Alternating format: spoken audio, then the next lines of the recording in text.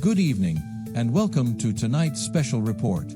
We begin with a major shift in U.S. foreign policy, one that could reshape the trajectory of the war in Ukraine, redefine America's relationship with its NATO allies, and signal a significant recalibration of global power dynamics.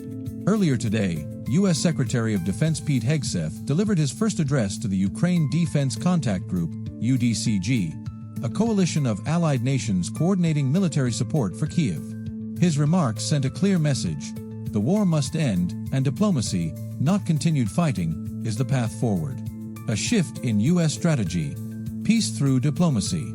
Speaking before key defense officials from across the world, Secretary Hegseth made it clear that President Trump's administration is prioritizing a diplomatic resolution to the conflict rather than continued military escalation.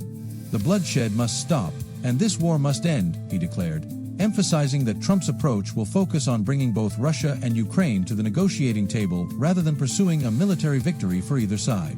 But in what is likely to be a controversial statement, Hegseth called the idea of Ukraine restoring its pre-2014 borders an unrealistic objective. Instead of pushing for Ukraine to reclaim Crimea and the eastern territories currently under Russian control, he argued that chasing this goal would only prolong the war and increase suffering. This is a significant departure from the stance held by the previous administration and many European allies, who have insisted that Ukraine should be able to reclaim all of its sovereign territory. No NATO membership for Ukraine, no U.S. troops on the ground. Another striking revelation from Hegseth's speech was the rejection of Ukraine's NATO membership as a realistic outcome of any peace negotiations. The Trump administration believes that while Ukraine needs long-term security guarantees to prevent future conflicts, those guarantees should not come through NATO.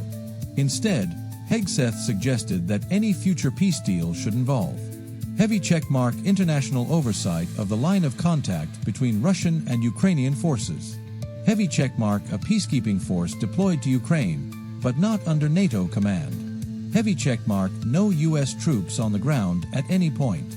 Furthermore, he emphasized that this hypothetical peacekeeping force should not be covered by NATO's Article 5, meaning any attack on those troops would not automatically trigger a military response from the alliance.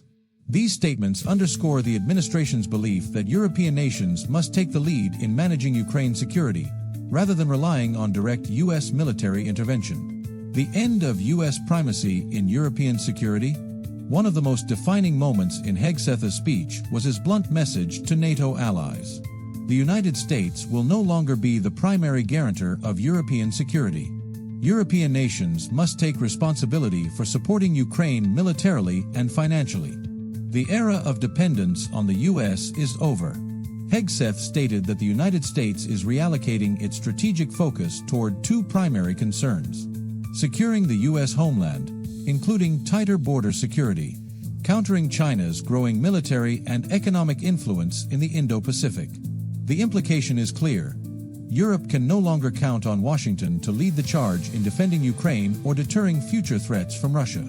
Hegseth praised Sweden and Poland for stepping up their military spending, highlighting Sweden's $1.2 billion aid package to Ukraine and Poland's commitment to spending 5% of its GDP on defense as a model for other European nations. However, he also issued a challenge to NATO allies, urging them to increase their defense spending well beyond the current 2% GDP commitment. Trump is calling for a 5% minimum, and the defense secretary fully supports this push. Weaponizing energy, the economic front against Russia. Beyond military strategy, the administration is taking a broader approach to weakening Russia's war effort.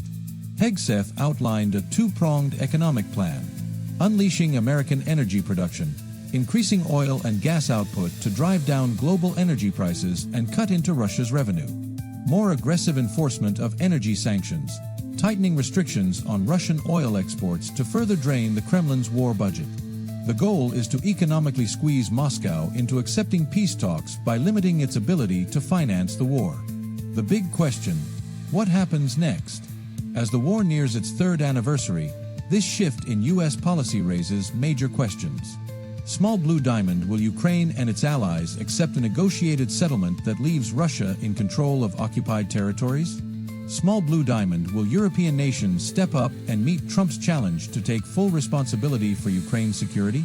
Small Blue Diamond: how will Russia respond to the U.S. signaling that it will not fight to ensure Ukraine's NATO membership or restore its full borders? These are seismic shifts in global strategy, with potential ramifications far beyond Ukraine. One thing is clear: the Trump administration is fundamentally redefining America's role in European security, and the world is now watching to see how its allies, adversaries, and Ukraine itself will respond. We'll continue to follow this story as it develops. For now, the world waits. Back to you.